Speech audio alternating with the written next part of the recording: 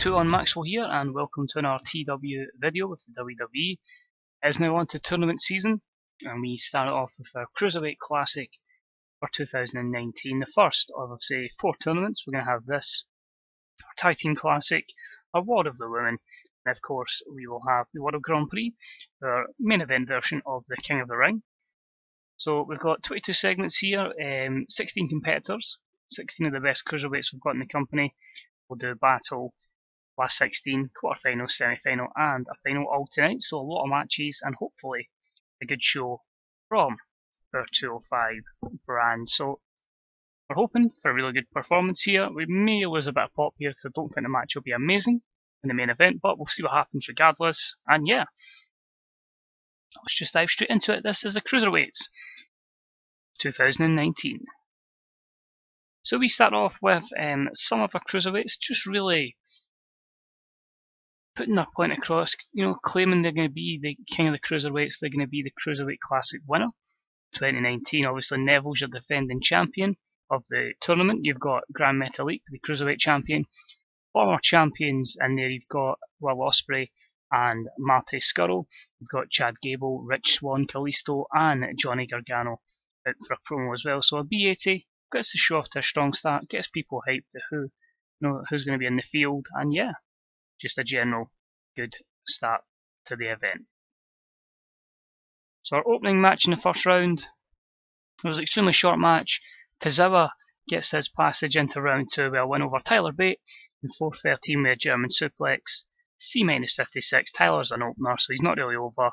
Tozawa with an 88 performance, so he does well there, and a simple progression for Tozawa into quarterfinals. Next up was a decent matchup that saw Ricochet defeat Johnny Gargano in 11:25 by pinfall with a standing shooting star press. This got the crowd hotter, both guys with an equally good performance and a B-72 win. But Ricochet takes the win. Crowd is quite happy as the field of the last 8 already has 2 impressive names. Next up was a decent matchup that saw King Neville defeat Kushida in 10:33 with a 6:30 senton, a B-77. Kushida with a 62, Neville with a 79 as we attempt to build him back up. He's improving in rubble skills. Overall, no negatives, so good win for Neville into round 2. Next up was a decent matchup, and it saw Pete Dunne defeat Kalisto in 11:28 by submission after blatantly cheating. So Kalisto's obviously been losing a lot recently. I just feel like he's someone I just don't have that faith to really go with. But the C+70, Kalisto getting stale, and Pete Dunne, the Bruiserweight, is in to round 2. Next up, About that had some good wrestling and a decent reaction from our audience, and it saw the Cruiserweight champion Grand Metalik advance, defeating Sami Callihan in 10:38 with a corkscrew somersault senton bomb, a B82, Metalik with a great 87 performance, Callihan with a 62. A performance increase for Grand Metalik, who has just consistently got better ever since fully recovering from his nagging injury. So good win there for Metalik into round 2. Next up was a decent matchup that saw Will Ospreay defeat Noam Dar in 9:04 with a handful of tights. A cheating victory for Will Ospreay, obviously, now a heel after turning on Tozawa alongside Manny Andrade, and it's a B-74, better performance from Ospreay. Noam, we're going to eventually turn them heel. For now, it's a good win for Ospreay. And next up, About that had some decent wrestling and didn't have much heat, and it saw Rich Swann defeat Jonathan Gresham in 8:23 with the chicken fried driver. The C63 does the job. It gives a good spotlight. First appearance in the main roster for Gresham. Say someone who'll get a good push in 205 Live in the future. And Rich Swann, the cocky and arrogance for Rich Swann, is in to round 2. Then we've got a promo heading up our final match in the first round, which pits the former champion Marty Scurll against Chad Gable. Let's get a B+88. Scurll's here basically saying, he's a former champion, he's going to cruise through this tournament. Chad Gable is just in the way. And this led to a match that had good wrestling and a decent reaction from the crowd. Saw Chad Gable defeat Marty Scurll in 13:12 by pinfall. So a bit of a shock there. The former champ is out, B81, and some good performances in there. No skill improvements, no negatives though. So that's your card done for round 1. So a lot of big names into the second round, so some good matches going forward. We then had a little promo segment. It was Lana, Maxine, Tyler Breeze and Mark Haskins. We do need a quota of females on the show. We have paired up Lana with Mark Haskins, and Maxine is the manager of Tyler Breeze. So I thought let's just put them all together, and here they're really just moaning the fact that these athletes were not elected into the Cruiserweight tournament. So C-53 for that, a few negatives there. Into the second round, and it was a match that had great wrestling and good heat, and it saw Gran Metalik advance into the semi-finals, beating Pete Dunne in 8:53 with a springboard Dragon Rana. Good performances from both, a B-75. I believe this will more than likely be affected by the short match cap, but a good win for Metalik. Next up saw a good matchup that saw King Neville defeat Ricochet in 10:50. Another 6:30 senton, a B-78. Neville with a lot of poorer performance here. Could it possibly have been fatigue related, or just maybe not click with Ricochet? Maybe inconsistency shows that this was maybe one of his off performances after a better performance early on. So you've got the two of them into the semi-finals.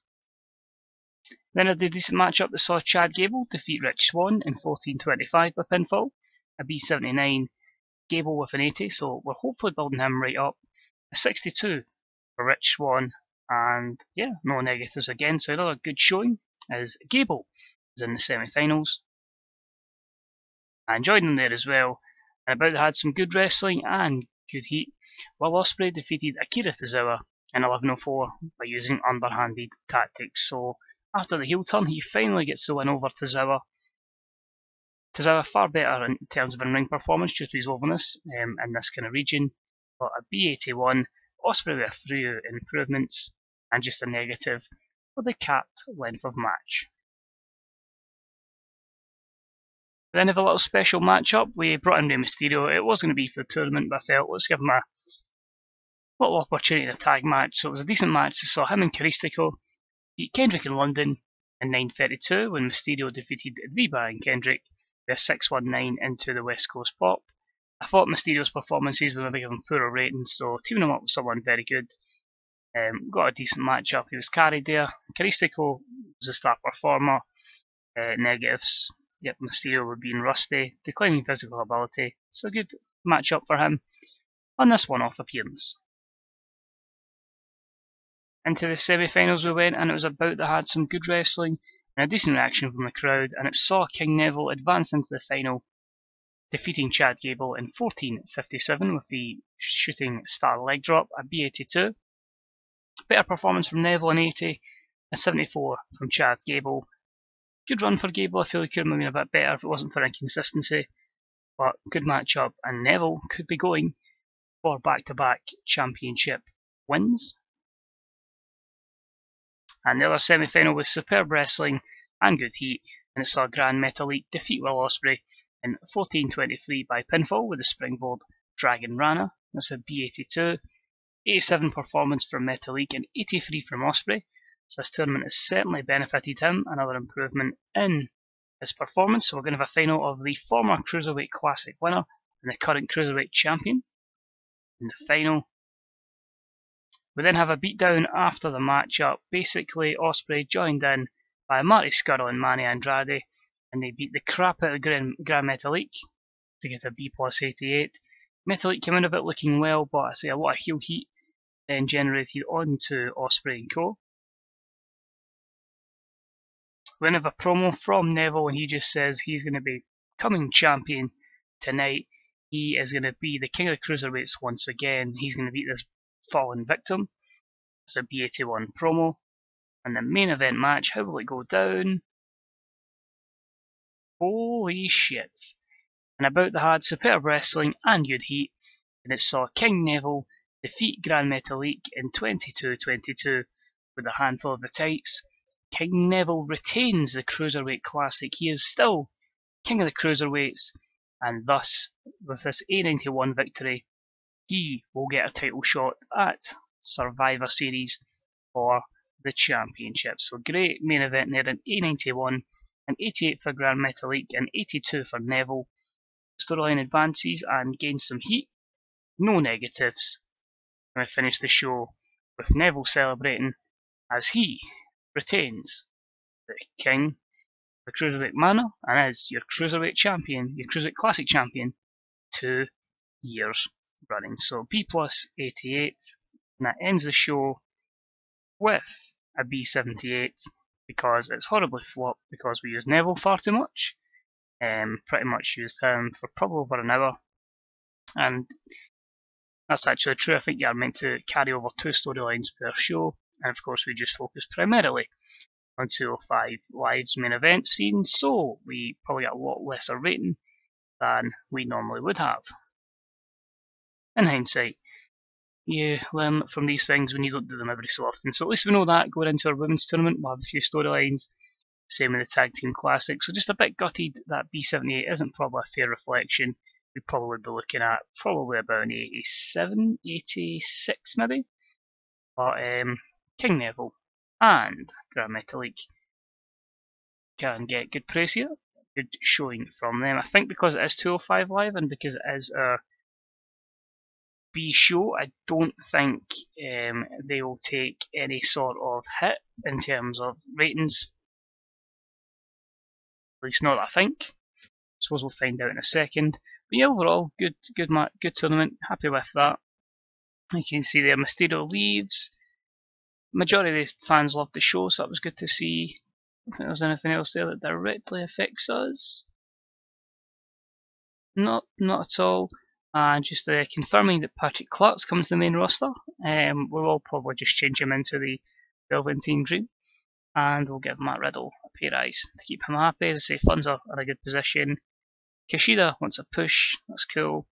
King Neville obviously fatigued because of that amount of matchups and time. Got his overness back up to 80 odds, so that's good to see. He'll get a good run. Competing against Grand Metalik and a 34 in terms of TV rating on the network.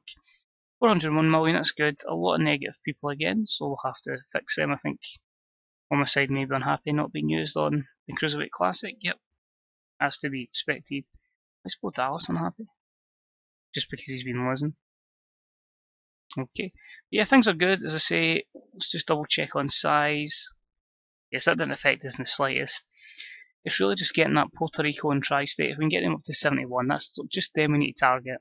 And we'll be back up as a international company. So always that one region that, as I say, is hampering us, and because Raw is not showing there, it's not been ideal.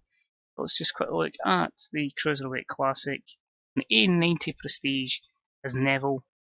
Obviously morphed into King Neville after that. 2 wins for that, and he has increased the prestige of that by 20. And it just shows when you really feel behind the guy, that tournament and that prestige of that can get a lot higher. So that's good to see. And yeah, things are good. So as I say, next week, both are scheduled Tag Team Invitational, so we'll have a few storylines for that. As I say, we have a few teams competing for the titles on SmackDown and as well as Raw, so they'll be in storylines already. And we'll try and reflect that to see who truly is the true best tag team in the WWE. Last year's was won by, if we can find it, WWE Tag Team Invitational. Alex Shelley and Chris Sabin, so 2 guys. Well, Sabin is gone, Shelley's still here, so we're guaranteed to have a new winner for the Tag Team Invitational. And then, of course, that War of the Wounds. Will Sasha Banks defend that, or will we be looking at a brand new women's champion? So we'll see that. All is looking good though. I'm quite happy with that, as I say. Just a shame I didn't think of putting more storylines in, but the point is there. Neville will be going forward as a challenger for Grand Metalik. What's next? The likes of Will Ospreay and Marty Scurll. Could there be big things on the horizon for the both of them? But cheers for watching, guys. Much appreciated. If you enjoyed it, a wee like would be nice. Any comments are deeply appreciated. If you had a Cruiserweight Classic of your own, who would be in it on your roster, whether you're WWE, Cornellverse, or if you are elsewhere, who would be your top 16 Cruiserweights in your division, and who would you make win yours as well? Are you happy with the decision for Neville to win? or do you feel it should have been someone else's time? As always, guys, thanks for watching, and I'll see you next time for the Tag Team Invitational. Bye bye.